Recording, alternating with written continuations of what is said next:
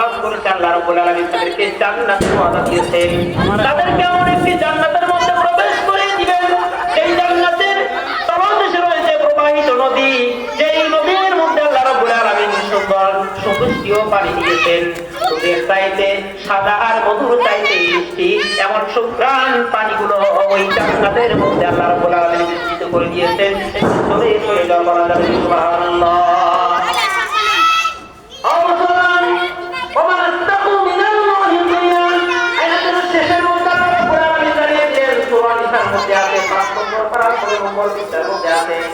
আল্লাহ রাব্বুল আলামিন বলতেছে ওয়ামান আসদাকু মিনাল্লাহি কিলা।